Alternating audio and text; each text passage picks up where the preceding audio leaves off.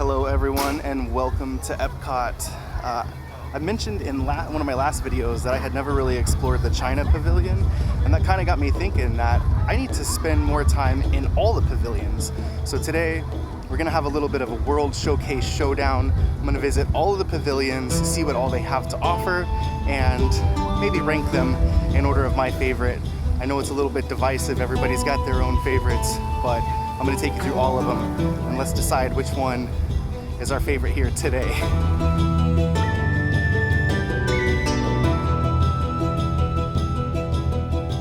And of course, if you don't go left into World Showcase first, are you even really at Epcot? Mexico is always the first pavilion that we have to hit. So we're headed over there right now. In order to kind of judge them fairly, I'm gonna go off 3 criteria: architecture, immersion, and attractions. So first stop is Mexico Pavilion here. Let's take a look inside. Even before you go inside the pavilion, you've got a lot of offerings outside. So you've got La Cantina, which is kind of like a quick service restaurant with patio seating. You've got Choza de Margarita, which is like a margarita bar that also has like some small plate offerings. And then you have La Hacienda de San Angel over here as well. And it's a full service restaurant.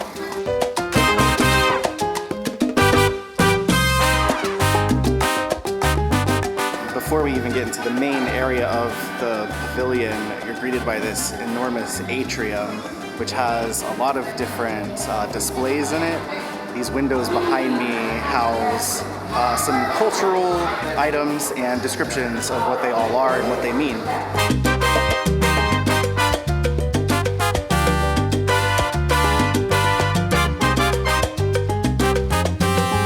And in the little atrium area is the first attraction, Mirror de los Muertos, which you can scan your magic band down there and you can decorate a little figure of Hector.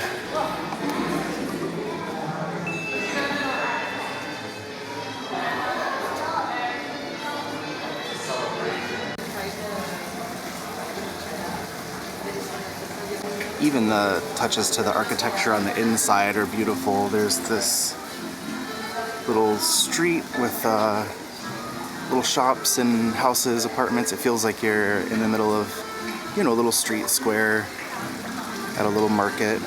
It's really beautiful. So in terms of immersion, this one's gonna be hard to beat. It is really beautiful in here, and it really does feel like you're in the middle of a Mexican market, and all the little stalls and shops are really, really well themed and very beautiful. So the restaurant in here is called the San Angel Inn, and they serve lunch and dinner. Here's a little look at the menu. Pretty traditional Mexican cuisine. There's also a bar in here. La Cava del Tequila is a fantastic spot to do a tequila tasting or just grab a little drink. And of course, we can't forget about the Grand Fiesta Tour, the ride in here. Classic and really awesome ride.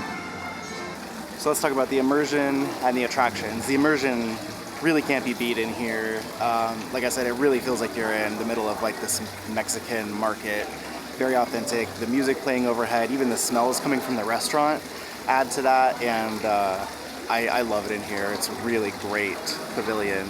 Attractions, you've got a restaurant, you've got a bar, you've got a ride, and you've got some shopping all in one spot, and you don't have to go very far for any of it. So again, very strong pavilion here in Mexico in terms of all of our criteria. It really checks all of the boxes. Let's head on to the next one. And then to add to the attractions, you have Donald Duck in his poncho and sombrero over there signing autographs. And from time to time, you'll have Mariachi Cobre over here playing some Mexican mariachi music. Norway is the next pavilion, and so over here we have the meet and greet for Anna and Elsa, and then this building here is part of the queue for the meet and greet. And then over here, the Wandering Reindeer is the exit for the meet and greet.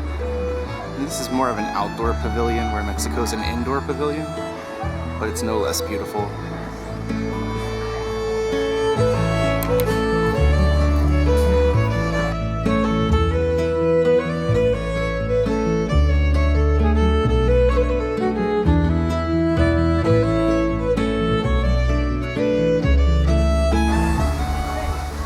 of architecture, Norway being a more open pavilion, everything that you're looking at is just kind of the exterior to a building, and it is beautiful, but I feel like that kind of takes away from the immersion aspect, which in Mexico, you know, you're inside, so everything you see is themed and controlled. Out here, you can stand in Norway and still look out over the World Showcase Lagoon, which kind of breaks the immersion a little bit. There are a couple of really beautiful buildings here though. The Gods and Vikings building, which is kind of like a little heritage museum, is really beautiful. And then the rock work and the garden areas around, scattered throughout, are also really beautiful and lend to that kind of Scandinavian, Nordic theming. As for the attractions here in Norway, you do have the Gods and Vikings Museum, you've got the Kringla Bakery, the meet and greet with Anna and Elsa obviously, and then Frozen Ever After, which is the dark ride there, and it's a really great ride. It's always got a long line, very popular attraction, but I don't feel that there's as many things to see and do as there is in the Mexico Pavilion, so that might give Mexico a leg up so far. There's one shop, one restaurant, which is the Akershus Royal Banquet Dining, which is not just a walk up and sit down. You have to make reservations for that one. It's a character dining, so it's a little bit more on the expensive side. And then the one ride. So Mexico might have a leg up over Norway. Let's head on to the next pavilion.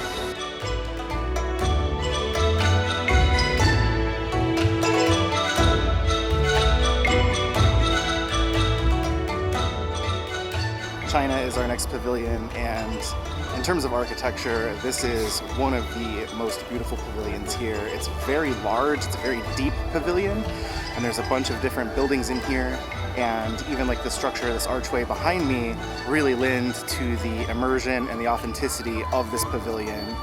Again, the music playing overhead, as soon as you walk in, you feel like you're transported, and it's a very, like I said, a very beautiful pavilion. There's a walking garden over here, so let's go check this out first.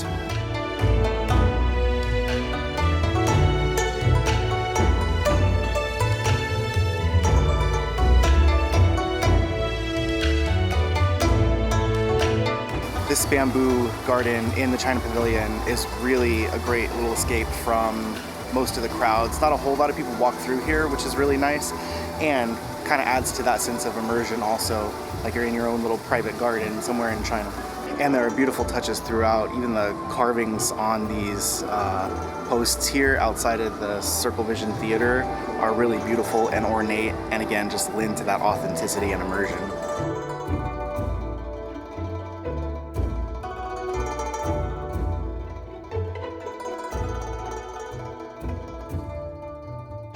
In terms of attractions here in the China Pavilion, there really isn't a whole lot. There is the Circle Vision show that they have continuously going, and then there is the Lotus Blossom Cafe, which is like a quick service restaurant, and then the Nine Dragons, which is a sit-down restaurant.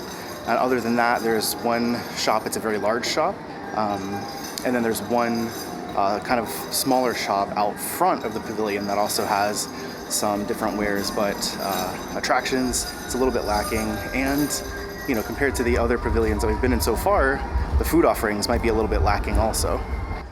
I guess most of the reason that I don't spend a whole lot of time in the China Pavilion is that there's just not a lot to do. I mean, unless you're here to eat at one of the restaurants or see the show or do a little shopping, that's it. There's no ride that's going to bring you in here.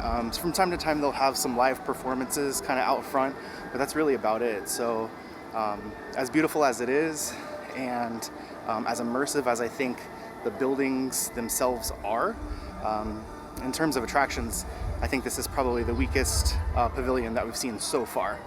But we're on to the next one. Germany is our next pavilion, and as we enter, we can see that there's a little area over here before you get to the pavilion that is just used for some of the booths for the festivals. And then there's a meet and greet out here with Snow White just before you kind of get into the pavilion itself.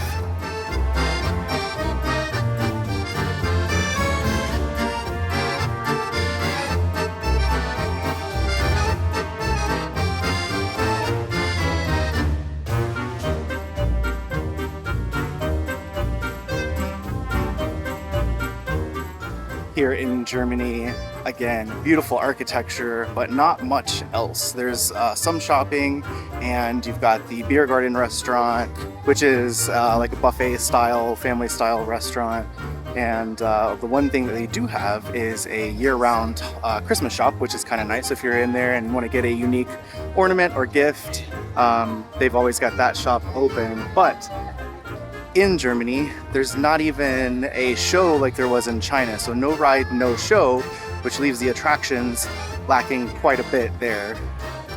But they do have a really cool train set up over here, which I'll show you. So this might be the most exciting thing about the Germany Pavilion, this miniature train set, and it is a visitor favorite. Plenty of people come over here just to watch the trains for a little while, and I can't blame them. They're great. So that's 4 pavilions that we've visited so far, and I think that Mexico still might have the advantage just in terms of our criteria, architecture, immersion, and attractions. I gotta give it to Mexico so far. We've still got a long way to go, but so far Mexico's holding it down. Italy is our next pavilion, and that's another one that I don't spend a whole lot of time in simply because there's just not a lot to do here. They don't have a ride, they don't have a show. They've got a couple of good restaurants and some shopping, but that's really about it. In Italy, some of the architecture here is the best in the World Showcase. I mean, the attention to detail, the sculpting of the pillars and little details on the side of the stores and things really lend a lot of authenticity to this area. There's plenty of places for like beautiful photographs if you wanted to come here and really get those nice Instagram shots. But attractions, zero. They have Sergio the Mime that'll come out and perform every so often, but that's it. No ride, no show, nothing else really. This is truly just a place to come and eat and shop. You know, I don't think every pavilion has to have an e-ticket attraction or even just a little show to go watch, but I do think that it's important to note that the pavilions that people are going to spend the most time in are the ones with the rides, with the attractions, especially if they're here with their families. So it is an important criteria when going through all these to make sure that we cover, because if you walk into Italy with some small kids, they're not going to have anything to do there unless you get them a gelato or something. Where in Norway and Mexico, they both have rides, they both have stores with items that the kids would like, which could be a good or a bad thing, but certainly worth mentioning that you know, if you're rating these equally, then that's certainly one of the criteria that you have to go by. Next up, of course, is the America Pavilion, and it is what appears from the outside to be the widest pavilion. I know Germany's pretty big also, but it has like one section that's just for the festival booths.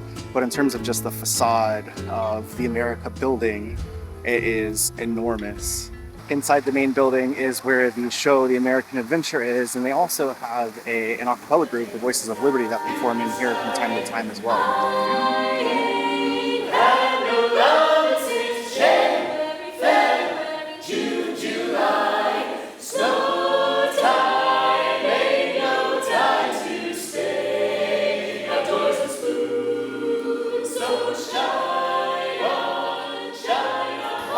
From the Voices of Liberty and the American Adventure, there isn't really a whole lot to do in the American Pavilion either. I think it's a beautiful pavilion to come and relax at. There's like a quick service bar, there's the Regal Eagle Smokehouse, and then there's one festival booth as well. And then there's like an art shop that's here all the time. But that's really it. Again, you know, unless you're eating or shopping, which is, you know, let's face it, that's kind of what Epcot is anymore. Not a lot to do here. I like coming in here because the smell of the barbecue is amazing, and I do like listening to the Voices of Liberty, but the American Adventure could really take it or leave that one. That one is not my favorite attraction, but it's worth doing once if you haven't done it. And I do think that America has the least amount of themed merchandise. There's really only this one small stand here. The other shop is just the art shop. Well, some of the other pavilions have just a lot more merchandise that's themed to the pavilion, and I get it. I mean, it's, you know, America, we can get that kind of stuff everywhere, right? But it would be nice to see just a little bit more. And across from the America Pavilion over here is the stage where they do the performances throughout the year. They have the Eat to the Beat for food and wine. Right now it's Broadway performances, and then they also have the candlelight processional there during the holidays. So in terms of our criteria, architecture, immersion, and attractions, America is probably you know, toward the bottom of the list. It's beautiful architecture, but there isn't a lot of it. There is just that one large building that has the restaurant and the shop attached to it. And then attractions, you've got, like I said, the Voices of Liberty and the American Adventure, both of which are nice, but I don't feel like that's the main draw to that pavilion. And immersion, there basically is none. You can walk in that main building and see some artifacts and you know, some historical items and things like that, but it's so open and so wide that there really just isn't a chance to really get immersed into the land itself. Unlike our next pavilion over here, Japan, and I'll show you exactly what I mean in just a second.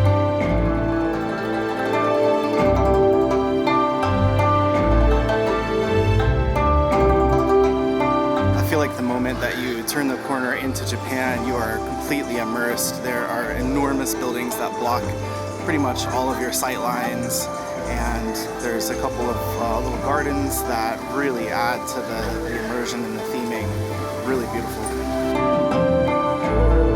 And as you continue through, you can start hearing the music and really starting to feel more and more immersed.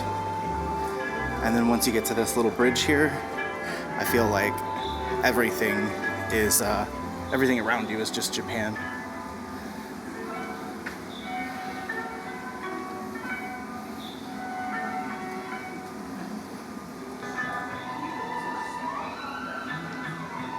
Mitsukoshi is the store in the Japan Pavilion, and as you can see, it is enormous. And I feel like everything in here is very authentic and very, very true to the Japanese and the pavilion itself.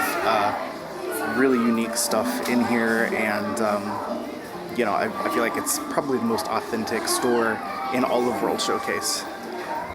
There really is everything in here, from just collectible plushes like this to unique collectibles. Okay, I want this. I want the space bear. That's so cute. So architecture and immersion here in Japan, fantastic. Probably one of the best. So attractions, what do we have? We got the Mitsukoshi shop. We have a hibachi restaurant called Teppan Edo, and then Tokyo Dining. We also have Katsura Grill, which is like their quick service location, and that's really it. Again, for live performances, they have the taiko drummers that will come out from time to time at this temple here behind me and perform with their taiko drums, and it's a really great performance, really cool, and I love how you can hear those drums from the adjacent pavilions. It really draws you into this pavilion, but no ride or show or anything like that. So, you know, so-so on the attractions, but theming and immersion and architecture, really top-notch. One of my favorite things about the Japan Pavilion is that you can come upstairs to where the entrance for Tokyo Dining and Teppan Edo are, and you can stand up here and watch the fireworks at night and get a beautiful unobstructed view of the fireworks. I feel like in terms of architecture and immersion, Japan is probably up there with Mexico, but of course the attractions, not a lot there. With the exception of the taiko drummers, they don't really have a lot on offer. So let's head into our next pavilion and see what we can find in Morocco.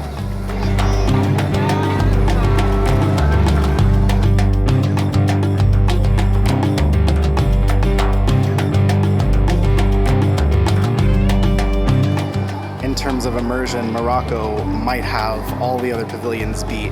When you get back in here into this little like street area, Again, every part of your like sightlines are blocked by theming, and it really, really adds to an enormous sense of immersion in this space.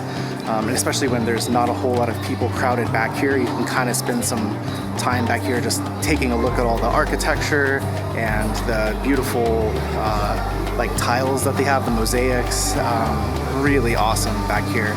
There's also a meet and greet with Jasmine back here, which is only open some of the time, so you kind of have to get lucky on that. But no other real like family attractions. There is a little bit of a museum that shows a little bit of like a race through the desert that they do in Morocco, and it has like a dune buggy simulator thing, but that's really about it.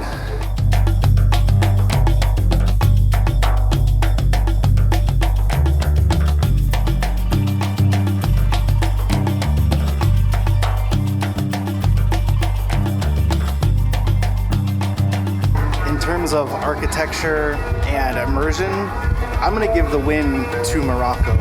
It is really incredible how much you feel like you were in Morocco, just from the texture on the roads to the texture on the walls, the distressed paint on the doors, and all the little mosaic tiles they have around. Really, really a lot of detail in here, and I really love it back here. Not only is there some stuff in the back, but across the way here, the theming continues, and it looks like, you know, you're still in this kind of bazaar.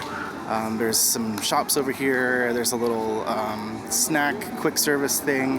And then, of course, you've got Spice Road Table, which is the sit-down restaurant across from Tangerine Cafe, which is another quick service location.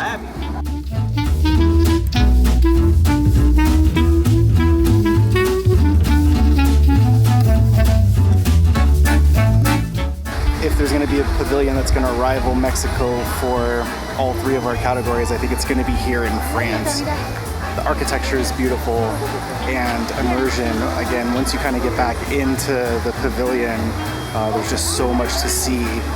And attractions, they've got it all. There's Remy's Ratatouille Adventure, of course. There's a ton of shops, and there's a lot of food offerings out here too. So let's go take a look at some of what they have in France.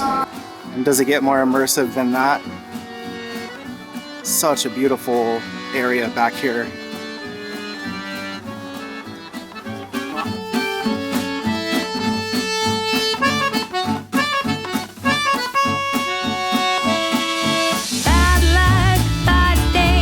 One thing about the France Pavilion is that there's nowhere to hide back here. In a couple of other pavilions, there are some areas that are not super like visited, and over here, it's always packed. This is actually the shortest I've ever seen the line for the crepe window, and really it's just a walk up right now, but that is such a rarity over here. In terms of architecture and immersion, it's great. I think that, you know, looking out over the water over here and seeing the Skyliner kind of breaks that a little bit, but architecture is beautiful.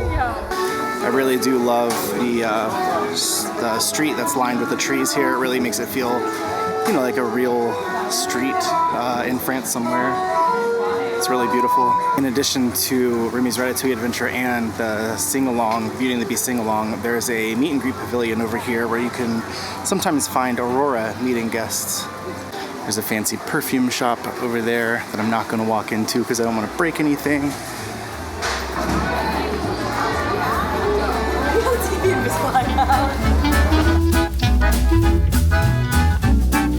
In terms of attractions, I think France probably has the most to offer. There are so many shops, from high-end shops to mid-range shops to just the little souvenirs and trinkets that you can find around.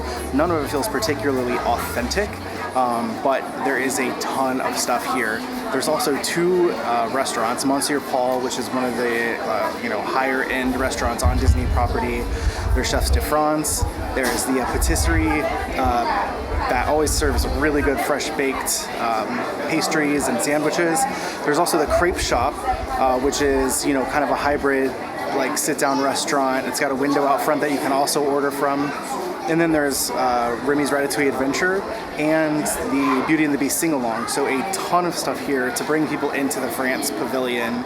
And it shows. It's one of the more popular pavilions in World Showcase. It's always packed, and no matter what you want to do here, there's usually a little bit of a wait. So is France going to take the top spot? Let's keep going and we'll find out.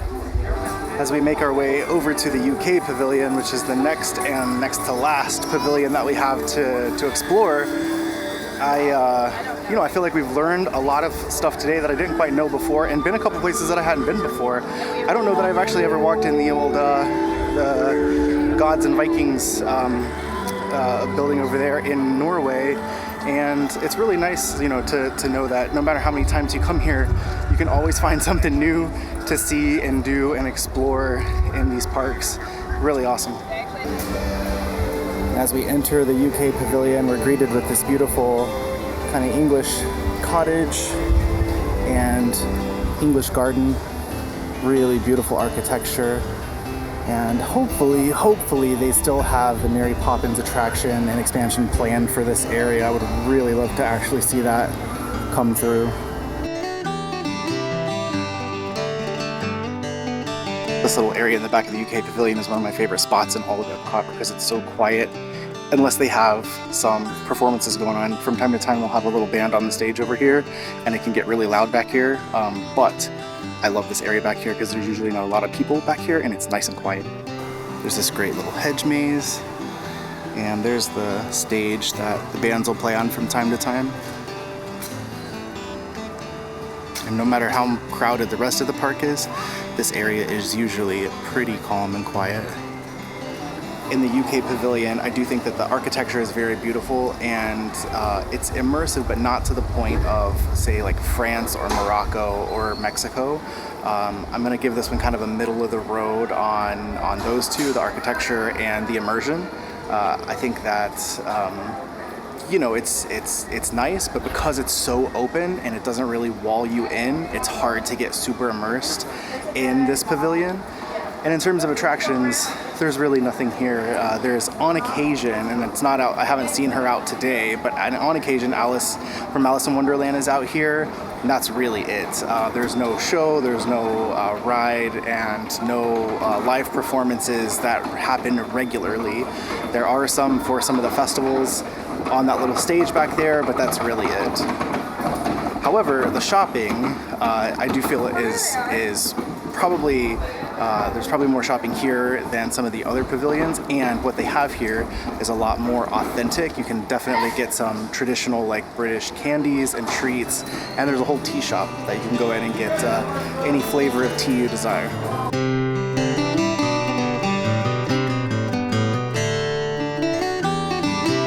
For dining here in the UK, there's the Yorkshire County Fish Shop where you can go in and get some fish and chips. It's like a quick service restaurant. And then there's also the Rose and Crown Pub. They have a dining room and then just like a standing bar where you can go and have a couple drinks. Well, that's the UK, and I will say that it's a very nice pavilion, but I don't think it's going to rank as one of the tops with our criteria today. So that leaves us with one more pavilion, which is Canada. So let's go explore.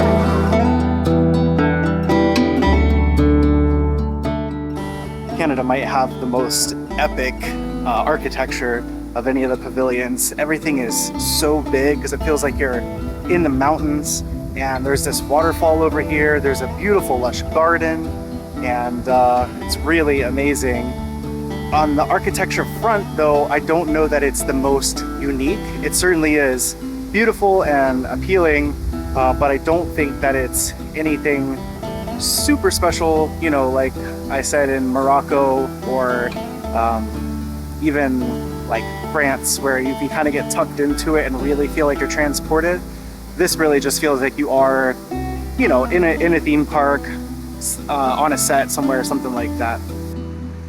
And again, as beautiful as everything is here in Canada, there's not a lot to do. I mean, there's one shop, there's the Circle Vision show, Canada Far and Wide, and then, there's plenty of beautiful spots to sit, take pictures, and relax. The only other thing here is Le Cellier, which is behind me, which is their steakhouse. And then there's like a popcorn cart up here, which probably has the best smells in the park, but it's not really an attraction. So not a lot to do here in Canada, but it is beautiful. So that is all of our World Showcase pavilions explored and reviewed, and I think I'm going to give the top spot for Pavilion in terms of how much there is to do, the immersion, and the architecture, to France. I think I got to go France. Mexico has a special place in my heart because I love the Grand Fiesta ride, and I think that being an indoor pavilion is super unique and really cool. But I think France has to take the top spot today. Maybe controversial, maybe. Tell me what you think. What's your favorite spot in World Showcase and why? Let me know where you like to come every time you're here and what you like to do. And if there's anywhere I missed, please let me know. That's gonna do it for us today here from Epcot. My name is Travis. Thank you so much for coming along and watching. Be sure to like this video, subscribe if you haven't, and we will catch you on the next one. Bye.